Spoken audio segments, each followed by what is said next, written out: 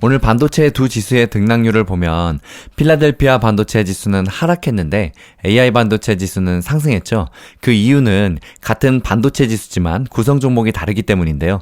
1994년에 처음 지수 산출을 시작한 필라델피아 반도체 지수는 구성 종목이 현재 30개 정도이지만 새로 시작한 AI 반도체 지수는 기존의 반도체 지수에서 종합 반도체 기업 그리고 7나노 이상 제품을 생산하지 못하는 파운드리 기업 등을 제외해서 새로 산출한 지수이기 때문입니다. AI 반도체에는 일반 기계나 자동차 같은 데 들어가는 저사양 칩이 아닌 7나노 공정 아래에 초정밀 반도체가 필요하기 때문인데요. 이런 고사양 반도체를 설계, 장비, 그리고 파운드리, 또 이와 관련된 기술에 지적 재산권을 가진 회사들이 포함되어 있습니다. 그리고 AI 반도체 지수는 상위 3개 종목의 비중이 무려 53%입니다. 지수 산출 초기인 작년 9월에는 엔비디아의 비중이 20%가 넘어갔었는데 지금은 브로드컴이 가장 높습니다. 엔비디아는 세 번째고 브로드컴은 18.76% 정도 구성되어 있어서 세 종목만 해도 절반이 넘어가죠. 여기에 초정밀 공정 반도체 장비 유일한 제조기업인 ASML까지 합치면 상위 4종목 비중이 무려 63%입니다. 그렇기 때문에 오늘 두 지수의 등락이 달랐던 거죠. 오늘 발표된 고용지수는 호조를 보였으나 시장에 미치는 영향은 제한적이었습니다. 미국 노동부의 1월 구인 이직 보고서 졸츠 보고서에 따르면 계절 조정 기준 구인 건수는 774만 건으로 집계됐는데요. 이는 전월의 751만 건보다 증가한 수치이며 블룸버그가 집계한 시장 예상치인 760만 건도 웃도른 수치입니다.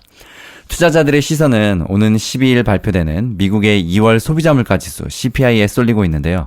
미국 경기 둔화에 대한 우려가 팽배한 상황에서 CPI마저 예상치를 웃돌 경우 투자 심리는 더욱 악화될 것으로 예상됩니다.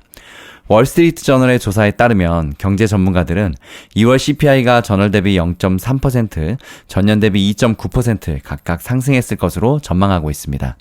변동성이 큰 식품과 에너지를 제외한 근원 CPI는 전월 대비 0.3%, 전년 대비 3.2% 각각 올랐을 것으로 예상하고 있습니다. 시장 참가자들은 미국의 인플레이션이 연방준비제도의 목표치인 2%를 향해 가는 데 있어서 진전을 보이기를 기대하고 있습니다. 관세 전쟁으로 경기 침체가 오더라도 연준이 금리 인하로 대응할 여력이 생긴다고 볼 수 있어서이기 때문입니다. 한편 오늘 러시아와 우크라이나 휴전 가능성이 높아지면서 장중에 시장 상승에 힘을 보태기도 했었는데요.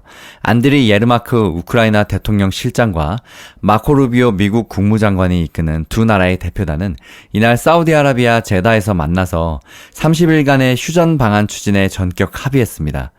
우크라이나 군사 지원의 대가로 미국이 요구해온 광물협정 역시 조기에 타결하기로 뜻을 모았는데요. 지난달 28일 트럼프 대통령이 백악관에서 젤렌스키 우크라이나 대통령을 만나서 설전을 벌이고 회동이 파행으로 마무리된 지 11일 만입니다.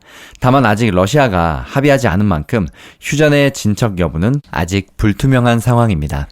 오늘 트럼프 대통령의 무대포식 관세 조치와 함께 최근 트럼프 행정부의 발언은 경제에 대한 투자자들의 두려움을 부추겼는데요. CNBC는 트럼프 대통령은 주식시장의 최근 하락에 당황하지 않는 것처럼 보였다고 평가했습니다. 그는 연일 하락세를 보이고 있는 주식시장에 대한 질문에 시장은 오르기도 하고 내리기도 할 것이다. 하지만 아시다시피 우리는 우리나라를 재건해야 한다고 답해서 관세가 경제에 미치는 여파에도 불구하고 자신의 기조를 밀어붙이겠다는 입장을 보였습니다. 월가에서도 비관론이 불러지면서 시티그룹은 미국 증시에 대해 투자 의견을 비중 확대해서 이제 중립으로 하향 조정했습니다. 시티의 디르크 월러 전략가는 앞으로 몇 달 동안 미국 경제에서 나오는 뉴스 흐름이 다른 국가들에 비해서 기대에 못 미칠 가능성이 크고 단기적으로는 미국 예외주의가 잠시 멈췄다는 것이 분명해졌다고 말했습니다. 그는 그 근거로 S&P 500이 시장이 확장되고 있는 시점에 200일 이동평균선을 아래로 떨어졌고 지난 2년 동안 미국 시장을 최고의 상승으로 이끌어온 주요 기술을 의미하는 매그니피센트 7 종목 중에 4종목이 최소 5일간 하락했다는 점을 들었습니다. 베어드 프라이빗 웰스 매니지먼트의 로스 메이필드 투자 전략 분석가는 페드는 경제가 의미있게 둔화 조짐을 보이면 금리를 인하하고 수요 촉진을 위해서 투입할 수 있는 자금이 충분히 있다며 하지만 그들은 인플레이션 기대치와 또 인플레이션이 잘 고정되어 있다고 느낄 때만 그렇게 할 수 있다고 말했습니다. 또 본질적으로 경제적이지 않은 무역의 목표를 추구하는 행정부의 고통에 대한 관용이 분명히 존재한다며 현 시점에서 미국 경기가 경기 침체의 문턱에 있는 것이 아니라 경기 둔화 또는 성장 공포가 있을 수 있다는 입장에 있다며 불황이 아닌 매도세는 불황일 때보다 더 짧고 가벼운 경향이 있다고 진단했습니다. 앞서 HSBC는 미국 주식에 대한 투자 의견을 중립으로 하향하며 현재로서는 다른 시장에서 더 나은 투자 기회가 보인다고 밝혔는데요.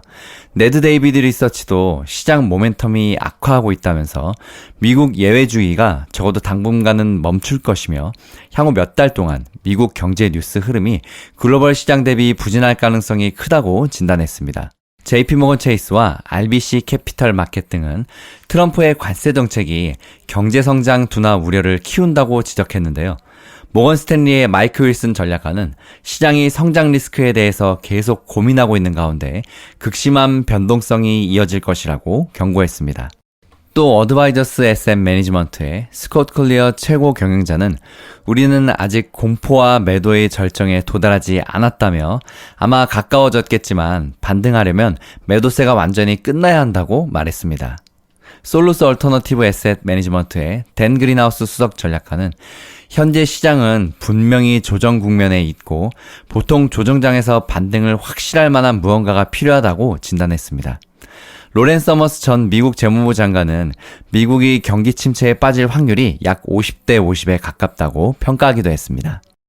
하지만 지금의 조정을 긍정적으로 보는 전문가도 있는데요. CFRA 리서치의 샘 스토벌 수석 투자 책임자는 우리는 제조된 조정장 속에 있다며 내가 제조됐다고 하는 것은 새로운 정부의 관세 프로그램이나 최소한 관세 위협이 경제에 과연 어떤 영향을 줄 것인지에 대한 반응이 기반있기 때문이라고 설명했는데요. 현재 우리는 전형적인 후퇴를 겪고 있으며 아마도 이것이 끝나기 전 완만한 조정을 겪게 될 것이며 이것은 현재 진행 중인 강세장을 리셋하는 데 좋을 것이라고 판단했습니다. 투자자들에게 용기를 줄 수 있는 것은 경제 전문가들이 헤드라인 CPI와 근원 CPI 모두에서 지표가 개선될 것으로 전망하고 있으며 생산자 물가지수 PPI도 마찬가지로 보고 있다는 점이라며 물가 상승 상황이 진정되면 이는 투자자들의 긴장을 진정시키는데 크게 기여할 것이라고 설명했습니다. 그러면서도 시장이 현재 과매도 수준에 접근하고 있어서 어떤 좋은 소식이라도 적어도 반대 추세의 반대를 촉발할 수도 있다고 말했습니다. 앞서 제롬 파월 연방준비제도 의장도 지난 7일 공개연설에서 최근 일부 단기 기대 인플레이션 지표가 상승한 사실을 알고 있었다고 언급했는데요. 경기 침체에 대비해서 금리를 내리고 싶어도 인플레이션 대비를 위해서 내릴 수 없는 딜레마에 연준의 고심이 깊어지고 있는 상황입니다. 미국 증시 브리핑 이것으로 마칩니다. 힐링가족 여러분, 성공투자 파이팅!